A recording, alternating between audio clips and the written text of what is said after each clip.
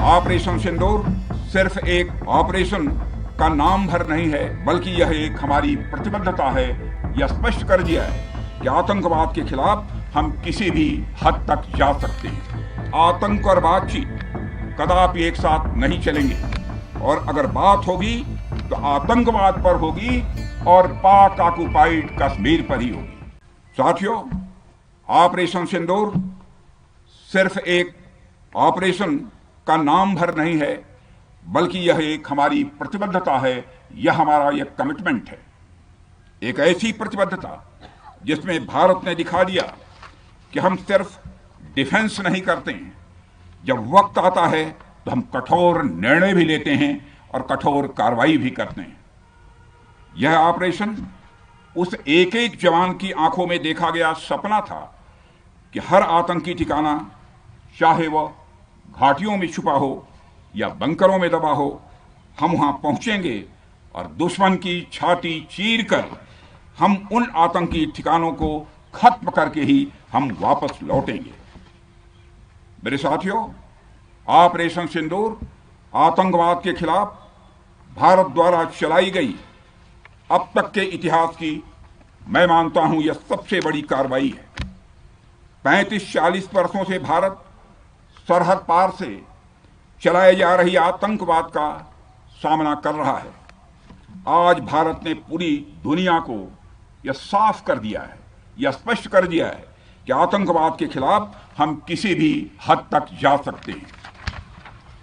साथियों, आतंकवादियों ने पहलगाम में आतंकवादी घटना को अंजाम देकर भारत के मस्तक पर चोट पहुंचाने की कोशिश की है। भारत की सामाजिक एकता को तोड़ने का भी प्रयास किया गया है।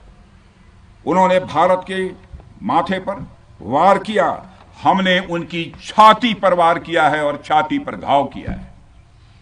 पाकिस्तान के जख्मों का इलाज इसी बात में है कि वह भारत विरोधी और आतंकवादी संगठनों को पनाह देना बंद करे और अपनी जमीन का इस्तेमाल भारत के खिलाफ किसी भी सूरत में न होने दे।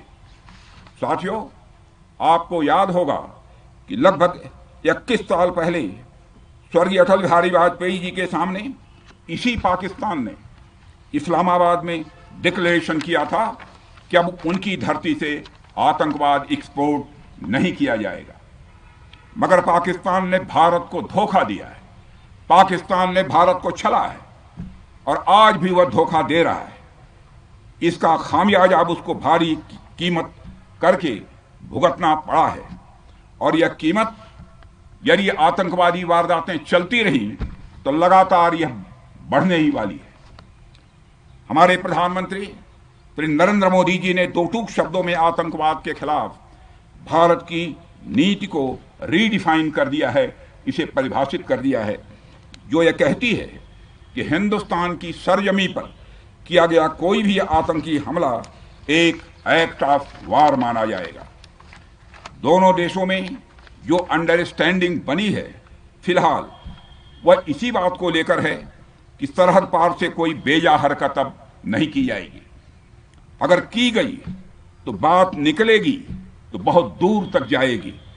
साथ ही हमारे प्रधानमंत्री ने यह भी साफ कर दिया है, आतंक और बातचीत कदापि एक साथ नहीं चलेंगे, और अगर बात होगी तो आतंकवाद पर होगी और पाक ऑक्युपाइड कश्मीर पर ही होगी।